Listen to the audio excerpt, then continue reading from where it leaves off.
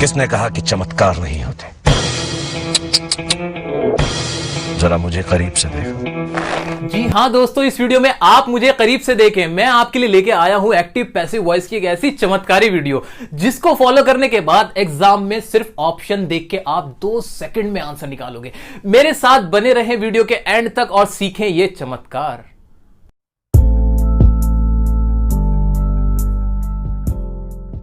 दोस्तों, active passive voice करने के लिए आपका टेंसेस का आना बहुत जरूरी है। अगर आपको टेंसेस आते हैं तो बहुत अच्छी बात है, अगर नहीं भी आते तो कोई बात नहीं। हमने आपके लिए टेंसेस की एक वीडियो बना रखी है जिसमें हमने 2 महीने का कोर्स मात्र 2 घंटे में करा रखा है। तो वहां जाके आप डियर सर के स्टाइल में टेंसेस को सीख सकते हैं। अब हम आते हैं एक्टिव पैसिव पे। पहले हम देखेंगे उसका कॉन्सेप्ट और कॉन्सेप्ट के बाद देखेंगे शॉर्ट ट्रिक। हाँ, जो शॉर्ट ट्रिक हम देखेंगे और उसको करने के बाद आप एग्जाम में ऑप्शन को देख के सही करने वाले हो। जी हाँ, ऑप्शन देखते ही सही आंसर लिखने वाले हो। तो जल्दी से देख लेते हैं कॉन्सेप्ट। आइए, कॉन्सेप्ट क्या है एक्टिव पैसिव वॉइस का? तो एक्टिव पैसिव वॉइस को समझने के लिए हमें पहले समझना पड़ेगा सेंटेंस को। भाई, सेंटेंस 3 चीजों से मिलकर बनता है। एक होता है हमारा सब्जेक्ट, एक होती है हमारी वर्ब और एक होता है हमारा ऑब्जेक्ट। यही तो होता है, ठीक है। ये 3 चीजें होती हैं। सब्जेक्ट कौन हो गया? जो काम करता है। ऑब्जेक्ट कौन हो गया? जिसके ऊपर काम किया जाता है। और वर्ब जो भी हमारी क्रिया हो रही होती है, जो भी हमारा काम हो रहा होता है। अब तक जो भी आप पढ़ के आए हो ना,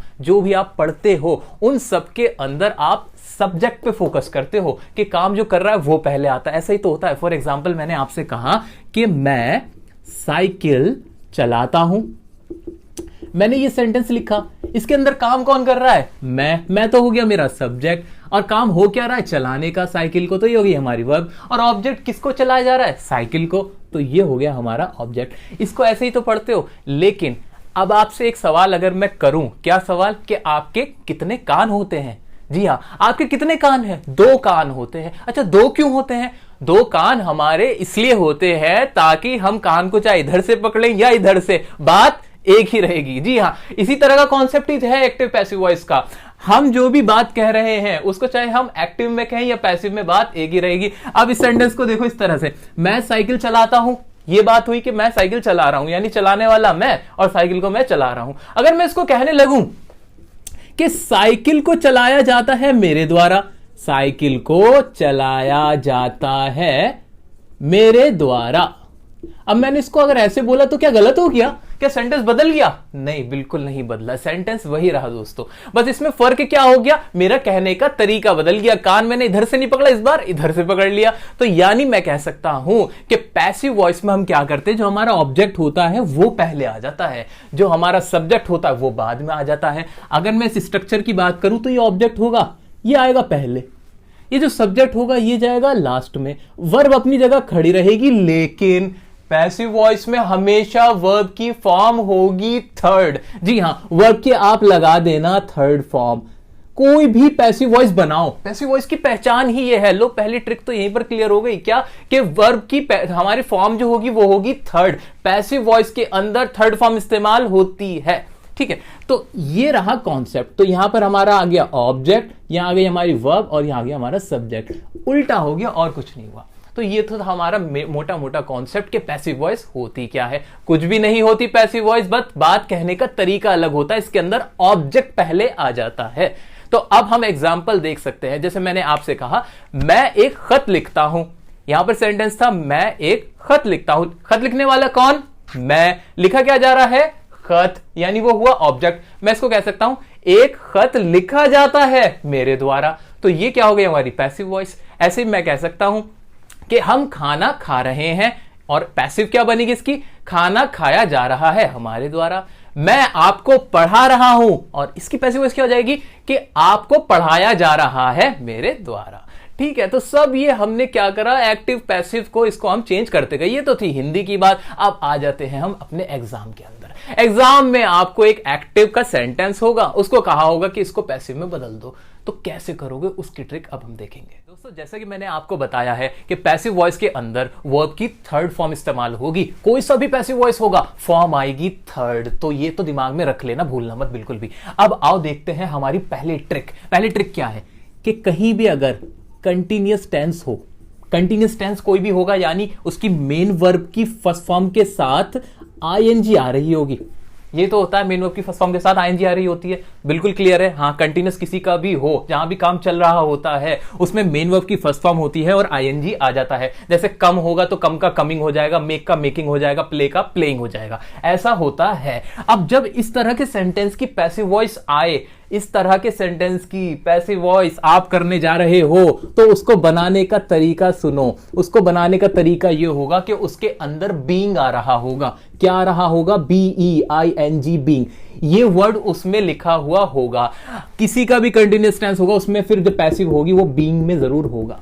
बीइंग कब आएगा? बीइंग तब आएगा जैसे अगर ये प्रेजेंट का कंटिन्यूअस है, इज एम आर के साथ यहां पे लगा हुआ था इज एम आर, तो इज एम आर के बाद बीइंग आ जाएगा। अगर ये पास्ट कंटिन्यूअस की थी तो वाज वर्ब के साथ बीइंग आ जाएगा, लेकिन ये बीइंग जरूर आएगा। अच्छा, वर्ब की कौन सी फॉर्म आएगी? हाँ, वर्ब की तो थर्ड फॉर्म ही आएगी, तो वो तो सोचने वाली बात ही नहीं है। हमें बस ये वर्ड याद रखना है कि अगर कंटिन्यूअस का एक्टिव वॉइस है और पैसिव वॉइस का हम ऑप्शन ढूंढ रहे हैं, तो हम वो वाला ऑप्शन देखेंगे जिसमें बीइंग आ रहा है और उसको करेक्ट कर देंगे। आंसर मिल गया आपको सही और आपको मार्क्स मिल गए। आओ चलो एग्जाम्पल देखो, जल्दी से आ जाते हैं, एग्जाम्पल देखते हैं। मैं यहां पे आपको लिख देता हूं एक, यहां पे लिखते हैं हम एक एक्टिव वॉइस का एग्जाम्पल। एग्जाम्पल हो सकता है जैसे वी आर प्लेइंग क्रिकेट। इसका मतलब क्या हो गया कि हम क्रिकेट खेल रहे हैं, हम क्रिकेट खेल रहे हैं और मैंने देखा यहां पे आर प्लेइंग यानी ये प्रेजेंट कंटिन्यूअस क्या है, रूल क्या है, ट्रिक क्या है? ट्रिक ये है कि हमें बीइंग लगा हुआ मिलेगा। अब इसका ऑप्शन क्या हो सकता है? इसका ऑप्शन आपको कैसे मिलेगा? We are playing cricket, object पहले है, cricket is played by us। एक ऑप्शन क्या हो सकता है? Cricket was played by us। एक ऑप्शन है आपका we have played cricket, और लास्ट ऑप्शन है आपका cricket is being played by us. चार ऑप्शन है, ये हमारा क्वेश्चन था। ट्रिक क्या थी? बीइंग वाला पकड़ना है। बीइंग वाला कौन सा है इसमें? Cricket is played by us नहीं है, cricket was played by us नहीं है, वी हैव प्लेड क्रिकेट नहीं है, क्रिकेट इज बीइंग। अरे सर ये वाला, ये रहा बीइंग आ गया। अच्छा ये रहा। अच्छा, वर्ब की कौन सी फॉर्म है? सब में थर्ड थी वैसे तो, लेकिन इसमें हमें देखना कि थर्ड फॉर्म है। हाँ जी थर्ड फॉर्म भी, ये वाला रूल भी क्लियर हुआ, यानी ये पैसिव है, बिल्कुल सही है। थर्ड फॉर्म आई, बीइंग आ गया। आपका आंसर आपको यहां पर मिल गया। ये तो एक एग्जाम्पल था। आइए अब हम वो एग्जाम्पल करते हैं, वो वाले एग्जाम्पल जो एग्जाम्स में पूछे जा चुके हैं, और ये वाली ट्रिक अप्लाई करनी है। इसी ट्रिक को फॉलो करके देखना कैसे हम आंसर लेके आएंगे। दोस्तों अब आप अपने अपने स्टॉप वॉच निकाल लो और देखना कि कितने सेकंड्स में आपका आंसर निकल के आता है। हाँ जी, जैसा कि आपके स्क्रीन पे क्वेश्चन आ रहा है, पास्ट एग्जाम में पूछा हुआ क्वेश्चन है। आइए क्वेश्चन पढ़ते हैं। क्वेश्चन क्या कहता है? Select the one which best expresses the sentence in passive voice. के पैसिव वॉइस बनानी है और सेंटेंस लिखा हुआ है एक्टिव का, Sheela was writing a letter. जी ट्रिक क्या पड़ी थी? ट्रिक ये देखी थी कि अगर कंटिन्यूअस हो तो ढूंढना है ऑप्शन बीइंग वाला। आओ ढूंढते हैं। ए ऑप्शन में बीइंग है नहीं है, बी में ऑप्शन में बीइंग है, हाँ है जी। आंसर मिल गया, आंसर है आपका बी। अब देखो कितने सेकंड में आंसर आया।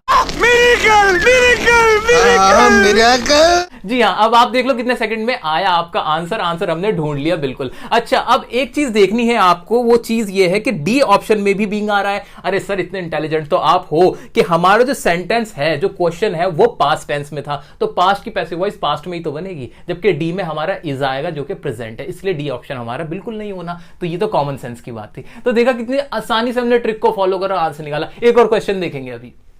एक क्वेश्चन ये आया हुआ है कि समवन इज फॉलोइंग अस और इसकी पैसिव वॉइस बनानी है। ट्रिक क्या है? इज फॉलोइंग समझ में आ गया, प्रेजेंट कंटिन्यूअस है। क्या ढूंढना है? बीइंग ढूंढना है। बीइंग ढूंढो। ए ऑप्शन में बीइंग है नहीं है, बी में बीइंग है हाँ है, लेकिन सी में भी तो बीइंग है, लेकिन आपको जैसे पता है वो पास्ट है, वर लगा हुआ है, तो आंसर आ जाएगा बी, बिल्कुल कॉन्फिडेंस के साथ आएगा। अच्छा एक चीज और समझ लो दोस्तों, क्या कि जो आंसर है वी बन गया, अस का वी बन गया, वो ऐसे बन गया कि जो हमारा ऑब्जेक्ट था वो सब्जेक्ट हो जाता है हमारे पैसिव वॉइस बनाते हुए, तो सब्जेक्टिव केस लग गया, अस का वी बन गया, आप जानते ही हो, और समवन का समवन ही रहा, क्योंकि समवन का कोई प्रोनाउन तो है नहीं जो चेंज हो जाता। ठीक है, तो ये हमारा बी आया। अब अगला क्वेश्चन देखते हैं। अगला क्वेश्चन है हमारा, where were they playing the cricket match. Sir ये तो डिफरेंट क्वेश्चन है, ये कैसे करूं? आपने बताया नहीं। अरे बताया तो है, ट्रिक वही तो है। ट्रिक क्या है? कुछ भी नहीं। इज प्लेइंग हो, वॉज प्लेइंग हो, कुछ भी हो, कंटिन्यूअस होना चाहिए। आपको तो बीइंग ढूंढना है। बीइंग ढूंढो ना, इसके अंदर बीइंग कहां है? बीइंग है। ए ऑप्शन में बीइंग है नहीं है, बी में है नहीं है, सी में है नहीं है, डी में है। भाई डी पकड़ लो, डी इसका आंसर हो जाएगा, कुछ सोचना ही नहीं।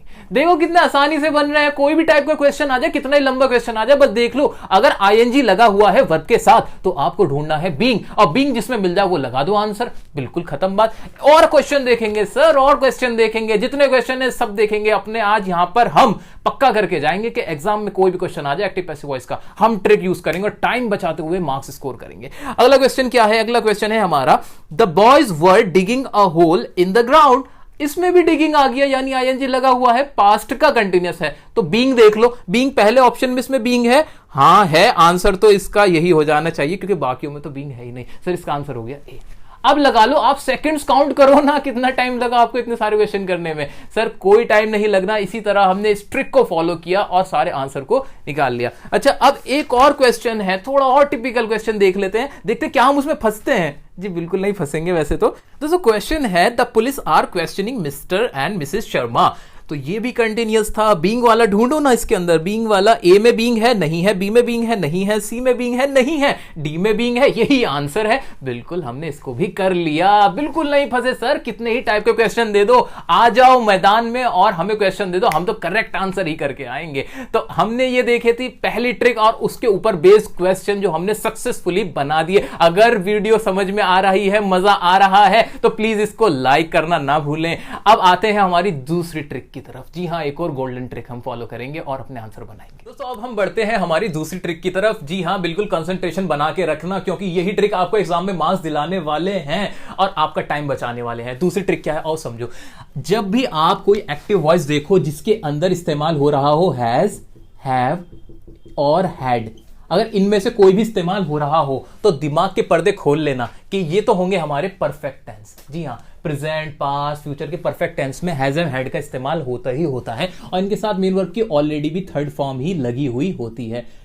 पैसिव वॉइस में भी थर्ड फॉर्म ही लगी हुई होती है, तो फॉर्म की तो हमें टेंशन लेनी ही नहीं। हमें बस ये देखना अगर हैज, हैव, हैड आ रहा है एक्टिव के अंदर तो हमें ऑप्शन क्या ढूंढना है? जी हमें ऑप्शन तब ढूंढना है बीन वाला। जी हां, हमें वो ऑप्शन ढूंढना है जिसके हैज, हैव और हैड के बाद बीन लगा हुआ हो। क्या लगा हुआ हो? BEEN। ये अगर लगा हुआ है तो ये करेक्ट आंसर है। बिल्कुल ये ढूंढो और कुछ मत देखो, सारे ऑप्शन भूल जाओ ना, बस आप तो ये देख लो हैज, हैव, हैड। अगर आपकी एक्टिव है, पैसिव में क्या देखना, हैज हैव हैड के साथ बस बीन लगा हुआ होना चाहिए, कोई चेंज नहीं होगा। मेन वर्ब का भी कोई चेंज नहीं होगा। क्यों? क्योंकि अब तो पता ही है हमें कि पैसिव वॉइस तो किसी की भी हो, वर्ब की तो थर्ड फॉर्म ही उसमें लिखी हुई होती है। तो ये भी मजेदार ट्रिक है। अब इसके एग्जांपल्स देखेंगे और देखेंगे कैसे पास्ट जो हमारे एग्जाम में क्वेश्चन आ चुके हैं वो कितने आसान थे और आपके एग्जाम में भी जब क्वेश्चन आएगा वो भी आपको बहुत आसान लगेगा। तो आइए क्वेश्चन देखते हैं, ट्रिक को फॉलो करते हैं और करेक्ट आंसर चूज कर लेते हैं। तो क्वेश्चन है, the government has launched a massive tribal welfare programme in Jharkhand. Sir question तो बड़ा टिपिकल सा है। मुझे क्या करना है? मुझे ट्रिक फॉलो ये करनी है कि मैंने देखा इसके अंदर हैज आया, यानी पैसिव वॉइस में इसमें बीन जरूर होगा। आओ बीन वाला ढूंढते हैं। ए ऑप्शन में बीन है, नहीं है।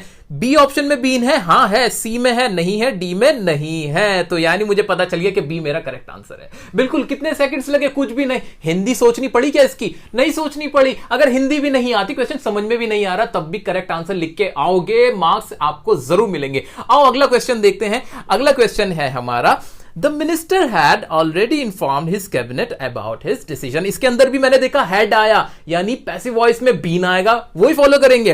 पहले ऑप्शन में बीन है, नहीं है, भगाओ। बी में है, नहीं, इसको भी हटाओ यार। सी में है, हाँ है, इसको हम रख लेंगे। अच्छा डी में भी है, हाँ डी में भी है। अब क्या करें? अरे अब कैसे करेंगे? इनमें तो दोनों में बीन आ गया। अरे सर कुछ भी नहीं करना, आप गौर से देखो, जो डी वाला ऑप्शन है उसमें विल आ रहा है। विल टेंस है फ्यूचर वाला, विल तो फ्यूचर में होता है ना, और जो क्वेश्चन है हमारा वो हेड वाला है, वो पास्ट में होता है। जी हां, टेंस में हमने देखा तो था, तो इसलिए हमारा आंसर हमें मालूम है कि क्या होगा, सी ही होगा। बिल्कुल कॉन्फिडेंस के साथ आप सी लिख के आओगे। आओ अगला क्वेश्चन देखते हैं। अगला क्वेश्चन है हमारा, has anybody answered your question. अच्छा पहली बात, जैसे ही क्वेश्चन वाला आंसर हो ना, कोई भी क्वेश्चन वाला हो जिसमें सवाल पूछा जाए, उसकी पैसिव वॉइस पूछे तो उसकी पैसिव वॉइस भी सवाल में ही होगी। जी हां, इंटरोगेटिव की पैसिव वॉइस इंटरोगेटिव में, अफर्मेटिव की अफर्मेटिव में, नेगेटिव की नेगेटिव में। ये तो कॉमन सेंस की बात है। आओ इसका ऑप्शन देखते हैं, ए क्या है। Your question has been answered.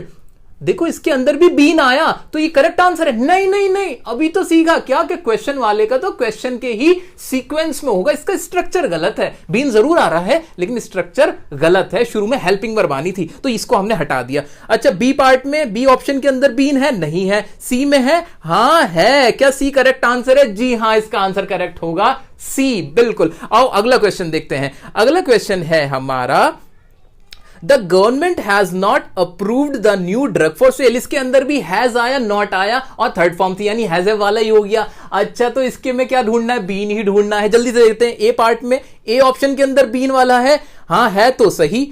और बी में है क्या? बी में भी है। अच्छा सी में है क्या? सी में भी है। अच्छा डी में, बस डी में नहीं, इसमें तो तीनों में बीन आ गया। अब इसको कैसे करें? अरे ट्रिक तो पता है, बीन आना है ठीक है, लेकिन हमने एक बात क्या पढ़ रखी है? हमने पढ़ रखा है कि सब्जेक्ट का ऑब्जेक्ट हो जाता है और ऑब्जेक्ट का सब्जेक्ट हो जाता है। अच्छा इसके अंदर ऑब्जेक्ट क्या है? इसके अंदर ऑब्जेक्ट होता है पूरा कि हमारा है the new drug for sale, हमारा क्या है? इसके अंदर ऑब्जेक्ट है यानी वो शुरू में आना था, लेकिन पहले ऑप्शन में मैं देख रहा हूं कि उसके अंदर तो सब्जेक्ट का सब्जेक्ट ही शुरू में रखा है, ये तो गलत हो गया। अच्छा सी में क्या रखा है? क्या कर रखा है? सी में भी कुछ अलग ही कर रखा है, यानी अगर जो करेक्ट आंसर है मेरा वो कहीं ना कहीं तो बी ही है। बी में पूरा प्योर हमारा ऑब्जेक्ट शुरू में आ रहा है और बीन का भी इस्तेमाल हो रहा है, यानी मेरा करेक्ट आंसर हो गया बी। बिल्कुल घबराने की कोई जरूरत नहीं है, कॉमन सेंस लगाओ गाइस, कॉमन सेंस, ट्रिक को फॉलो करो और मार्क्स लेके आओ। दोस्तों आइए एक और क्वेश्चन देखते हैं और ये थोड़ा डिफरेंट टाइप का क्वेश्चन है, लेकिन ट्रिक तो हमारी वही रहेगी। हाँ जी, ट्रिक ये रहेगी कि हैज हैव था तो बीन ढूंढेंगे। अच्छा अगर मैं आपसे कहूं कि पैसिव वॉइस में तो हैज हैव था तो बीन ढूंढा था,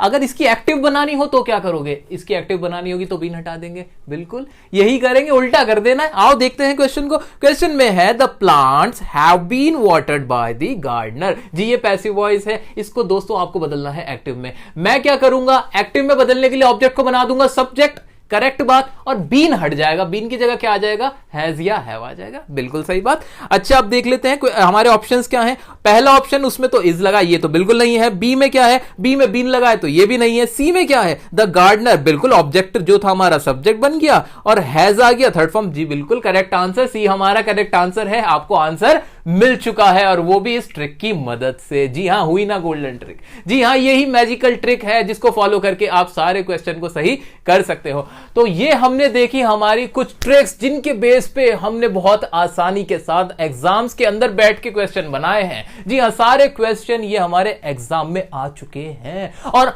बिल्कुल बिल्कुल 100% चांस है, कोई शक की बात नहीं कि ऐसे ही क्वेश्चन बस थोड़ा बहुत चेंज होने वाला है, आपके एग्जाम में भी आएंगे और आप ये ट्रिक फॉलो करके बिल्कुल सही लिख के आने वाले हो। वीडियो आपको पसंद आई हो तो शेयर कर दे सारे में, कहीं भी कोई कंजूसी ना करे। वीडियो को लाइक कीजिए अगर आपको वीडियो पसंद आई। चैनल को अगर सब्सक्राइब नहीं किया है तो क्यों नहीं किया है दोस्तों, जल्दी से सब्सक्राइब कीजिए और हमारी आने वाली वीडियोस के साथ भी आपको ऐसे ही जुड़े रहना है और हमें सपोर्ट करते रहिए। Thank you.